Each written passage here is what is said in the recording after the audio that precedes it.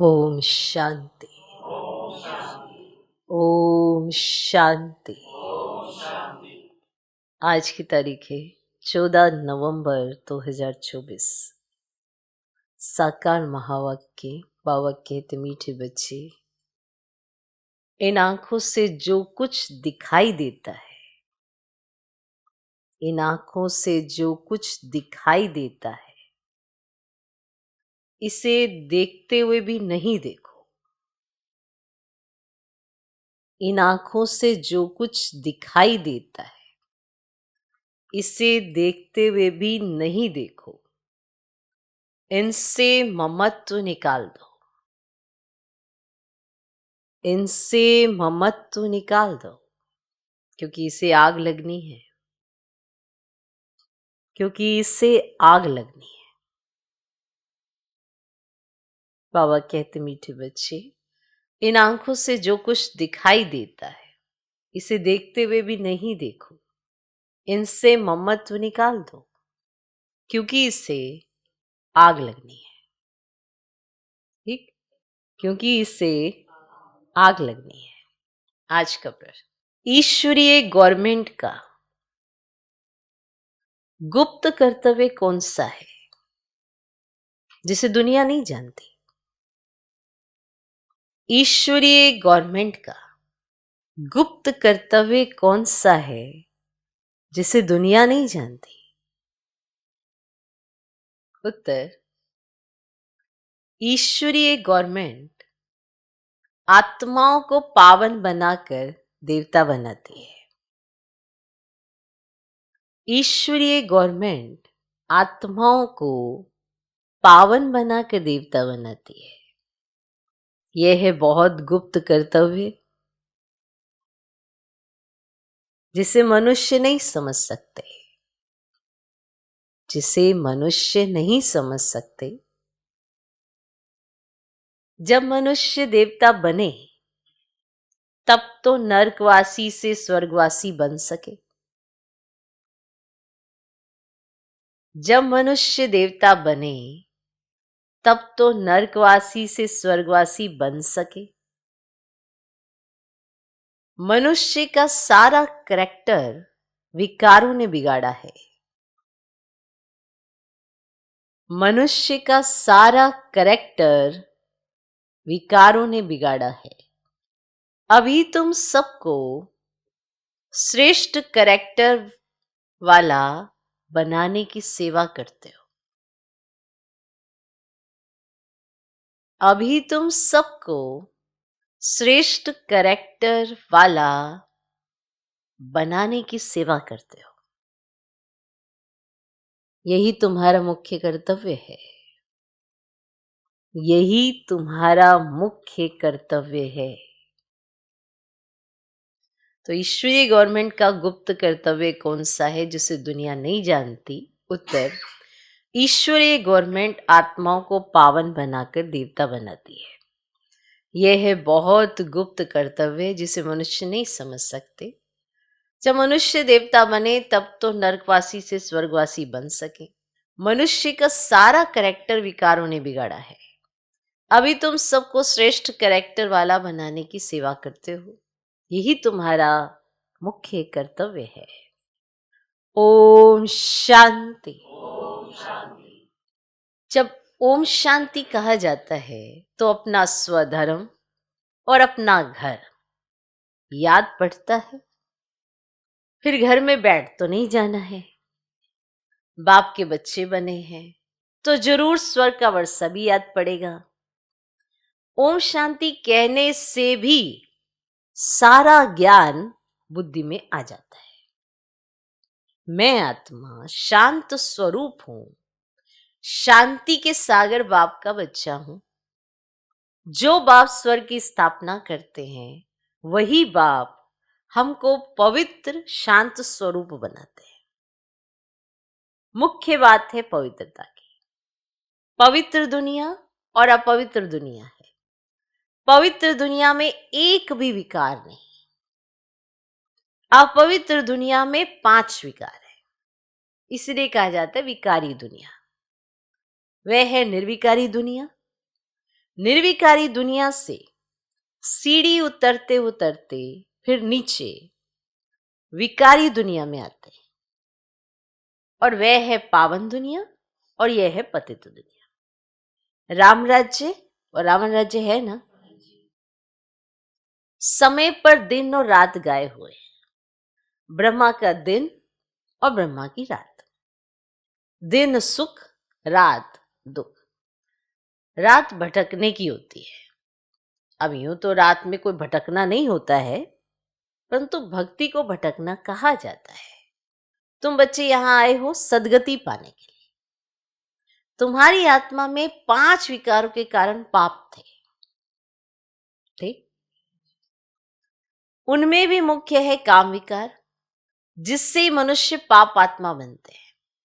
अब यह तो हर एक जानते हम पतित है, भ्रष्टाचार से पैदा हुए हैं। एक काम विकार के कारण सारी क्वालिफिकेशन बिगड़ पड़ती है। इसीलिए बाप कहते हैं इस काम विकार को जीतो तो जगत जीत नई दुनिया के मालिक बनेंगे। तो अंदर में इतनी खुशी रहनी चाहिए। मनुष्य पतित बनते हैं तो कुछ समझते नहीं है। इस काम पर ही कितने हंगामे होते हैं, कितनी अशांति, हाहाकार हो जाता है। इस समय दुनिया में हाहाकार क्यों है? क्योंकि सभी पाप आत्माएं विकारों के कारण ही असुर कहा जाता है। अभी बाप द्वारा समझते हो, हम तो बिल्कुल कोड़ी मिसल वर्थ नोट है पहनी थे। काम की जो चीज नहीं उसे आग में जलाया जाता है। अभी तुम बच्चे समझते हो दुनिया में कोई काम की चीज नहीं है। सभी मनुष्य मात्र को आग लगनी है। जो कुछ इन आंखों से देखते हैं सबको आग लग जाएगी। आत्मा को तो आग लगती नहीं है। आत्मा तो जैसे इंश्योर है ना। आत्मा को कभी इंश्योर कराते हैं क्या? अब इंश्योर तो शरीर को कराते हैं। बच्चों को समझाया गया ये खेल है। आत्मा तो ऊपर में 5 तत्वों से भी ऊपर रहती है। 5 तत्वों से ही सारी दुनिया की सामग्री बनती है। 5 तत्वों से ही सारी दुनिया की सामग्री बनती है। आत्मा तो नहीं बनती। आत्मा तो सदैव है ही। सिर्फ पुण्य आत्मा पाप आत्मा बनती है। 5 विकारों से आत्मा कितनी गंदी बन पड़ती है। अभी बाप आए हैं पापों से छुड़ाने। विकार से सारा कैरेक्टर्स बिगड़ता है। कैरेक्टर्स किसको कहा जाता है यह भी किसको पता ही नहीं है। गाया भी हुआ है पांडव राज्य, कौरव राज्य। अभी पांडव कौन है ये भी कोई जानते नहीं। अभी तुम समझते हो ईश्वरीय गवर्नमेंट के हैं। बाप आए हैं राम राज्य स्थापन करने। इस समय ईश्वरीय गवर्नमेंट क्या करती है? आत्माओं को पावन बनाकर देवता बनाती है। नहीं तो फिर देवता कहां से आए ये कोई नहीं जानते। इसलिए इसको गुप्त गवर्नमेंट कहा जाता है। अब है तो मनुष्य, परंतु देवता कैसे बने, किसने बनाया? अब देवी देवता तो होते ही है स्वर्ग में, तो उन्हों को स्वर्गवासी किसने बनाया?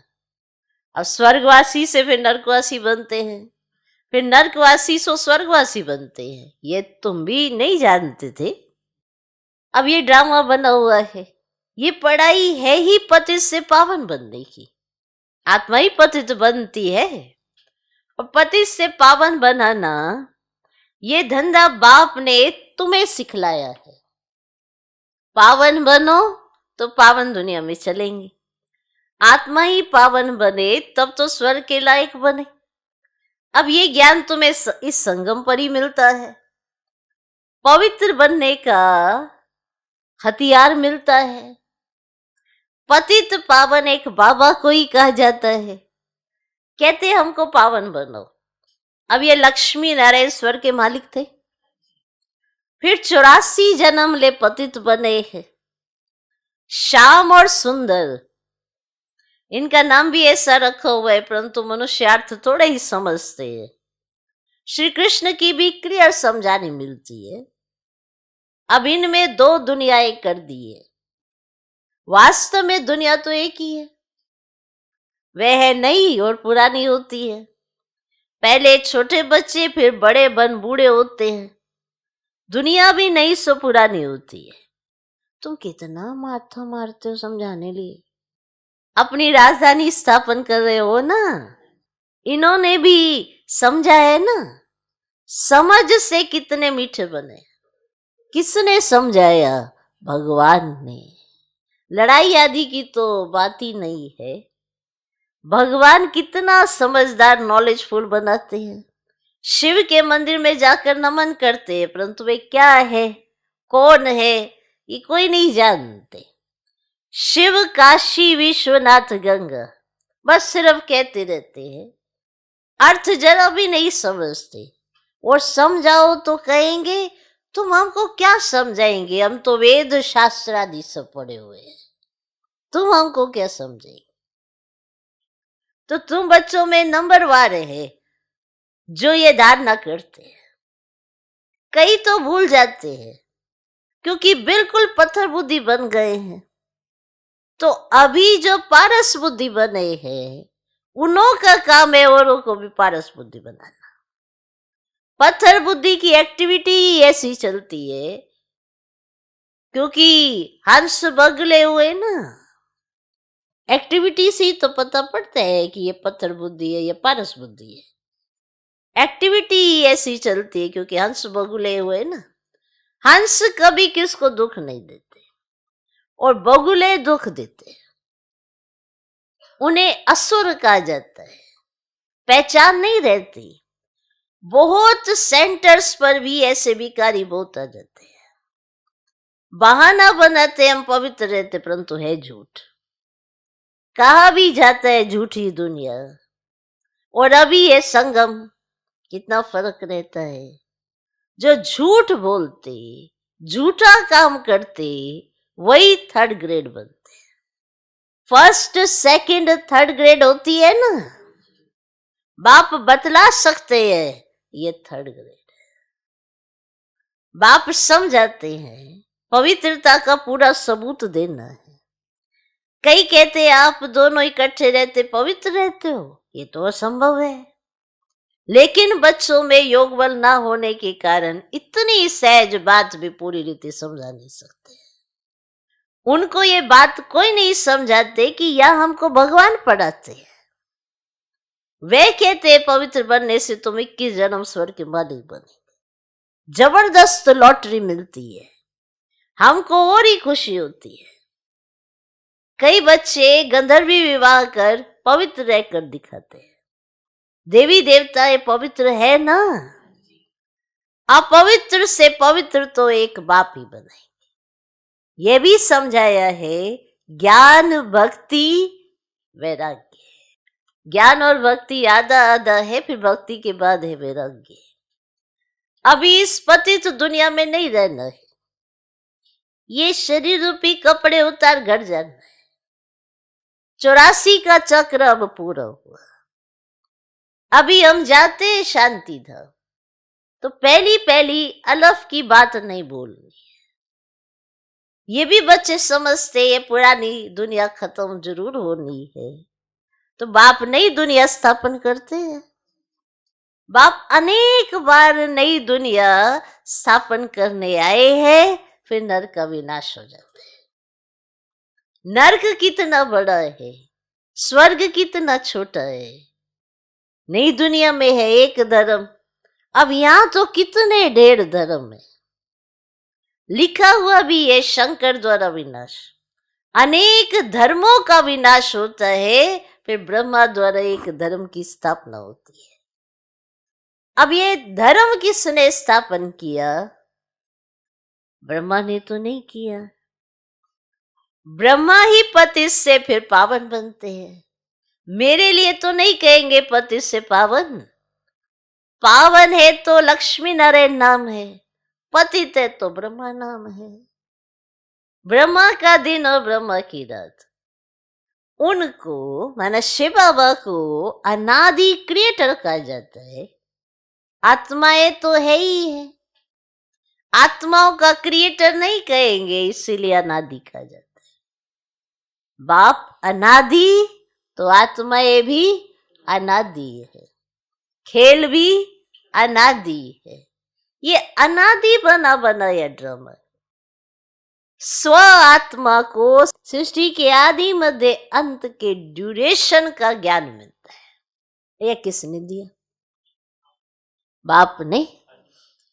तुम 21 जन्म के लिए धनी के बन जाते हो, फिर रावण के राज्य में निधन के बन जाते हो, फिर कैरेक्टर्स बिगड़ने लगते हैं। विकार है ना। मनुष्य समझते नर्क स्वर्ग सब इकट्ठे चलते हैं। अभी तुम बच्चों को कितना क्लियर समझाया गया है। अभी तुम गुप्त हो और शास्त्र में तो क्या क्या लिख दिया है, कितना सुतमुजा हुआ है। बाप को ही बुलाते, हम कोई काम के नहीं रहे हैं। आकर पावन बनाकर हमारे करैक्टर सुधारो। कितने मना देखो कैसे करैक्टर बिगड़ते हैं, कैसे भगवान आते हैं, कैसे करैक्टर सुधारते हैं। 5 विकारों का त्याग करेंगे तो करैक्टर सुधरेंगे ना। तुम्हारे कितने करैक्टर सुधरते हैं, कई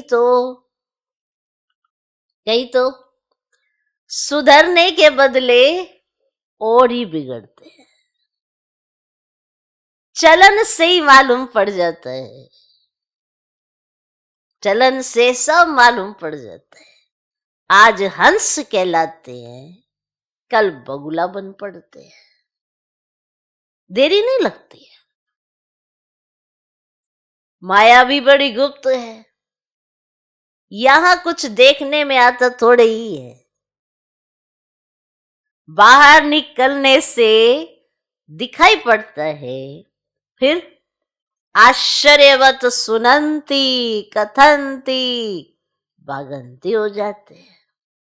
इतनी जोर से गिरते जो हड्ड-गुड ही टूट जाते हैं। इंद्रप्रस्थ की बात है, मालूम तो पड़ ही जाता है। ऐसे को फिर सभा में नहीं आना चाहिए। थोड़ा बहुत ज्ञान सुनाए तो स्वर्ग में आ ही जाते हैं, ज्ञान का विनाश नहीं होता है। अभी बाप कहते पुरुषार्थ कर ऊंच पद को पाओ। अगर विकार में गए तो पद भ्रष्ट हो जाएगा। अभी तुम समझते हो ये चक्र कैसे फिरता है? अभी तुम बच्चों की बुद्धि कितनी पलटती है, फिर भी माया धोखा जरूर देती है। इच्छा मात्रम अविद्या। कोई इच्छा रखी तो गया, वर्थ नॉट ए पेनी बन जाते हैं। अच्छे अच्छे महारथियों को भी माया किसी न किसी प्रकार से धोखा दे देती है, फिर वह दिल पर चढ़ नहीं सकते हैं।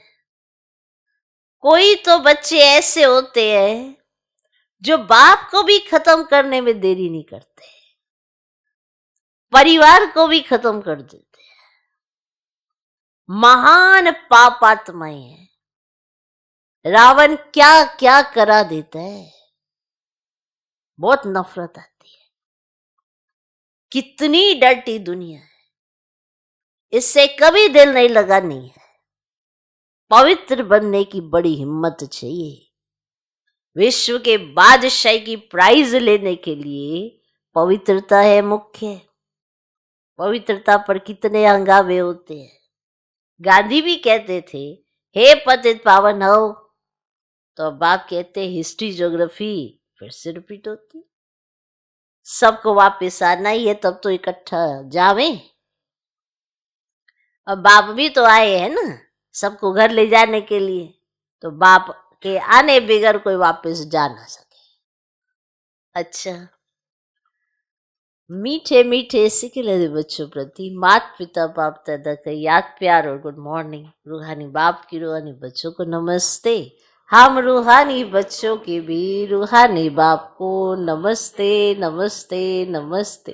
Good morning good morning good morning. धारणा के लिए मुख्य सर पहला पॉइंट, माया के धोखे से बचने के लिए, माया के धोखे से बचने के लिए किसी भी प्रकार की इच्छा नहीं रखनी। इच्छा मात्रम अविद्या बनना है। माया के धोखे से बचने के लिए किसी भी प्रकार की इच्छा नहीं रखनी। इच्छा मात्रम अविद्या बनना है। दूसरा पॉइंट, विश्व के बादशाही की प्राइज लेने के लिए, विश्व के बादशाही की प्राइज लेने के लिए मुख्य है पवित्रता। इसलिए पवित्र बनने की हिम्मत रखनी है। विश्व के बादशाही की प्राइज लेने के लिए मुख्य है पवित्रता। इसलिए पवित्र बनने की हिम्मत रखनी है। अपने करैक्टर सुधारने हैं, अपने करैक्टर सुधारने हैं। विश्व के बादशाही की प्राइज लेनी है ना। इसके लिए मुख्य है पवित्रता। इसलिए पवित्र बनने की हिम्मत रखनी है, अपने करैक्टर सुधारने हैं। आज का वरदान, सदा याद की छत्र छाया के नीचे, मर्यादा की लकीर के अंदर रहने वाले माया जीत विजयी भव। सदा याद की छत्र छाया के नीचे, मर्यादा की लकीर के अंदर रहने वाले माया जीत विजयी भव। बाप की याद ही छत्र छाया है। छत्र छाया में रहना अर्थात माया जीत विजयी बनना। सदा याद की छत्र छाया के नीचे और मर्यादा की लकीर के अंदर रहो, तो कोई की हिम्मत नहीं अंदर आने की। मर्यादा की लकीर से बाहर निकलते हो तो माया भी अपना बनाने में होशियार है। लकीर से बाहर निकले तो माया भी अपना बनाने में होशियार है। लेकिन हम अनेक बार विजयी बने हैं। विजय माला हमारा ही यादगार है। इस स्मृति से सदा समर्थ रहो तो माया से हार हो नहीं सकती। आज का स्लोगन, सर्व खजानों को स्वयं में समा लो।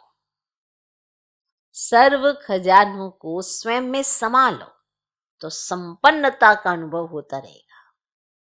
जब आप अपने आप को भरपूर महसूस करेंगे कि मेरे पास बहुत कुछ है, वो खजाने नहीं, वो धन दौलत तो फिर अभी खत्म ही होने वाली, आग ही लगने वाली। हमारे पास परमात्म खजाने हैं। उन बातों की स्मृति कितनी रहती है तो संपन्नता फील होगी ना। अब किसी के पास स्थूल धन होता तो उसको वैसी फीलिंग आती रहती है, बहुत धन है बहुत धन है, कोई दिक्कत नहीं है। तो वो धन उसको आर्टिफिशियल ऐसे देती है संपन्नता। पर हमारे पास तो ईश्वरीय ताकत, ईश्वरीय प्राप्तियां, ईश्वरीय खजाने हैं। इसकी स्मृति में रहने से तब जाके संपन्नता फील होती है। क्योंकि अगर सुख शांति नहीं है तो चाहे वो धन हो भी जाए ना तो उसकी टेंशन लगी रहती है। और टेंशन वाला संपन्न कैसे फील करेगा। तो सर्व खजानों को स्वयं में संभालो तो संपन्नता का अनुभव होता रहेगा। ओम शांति।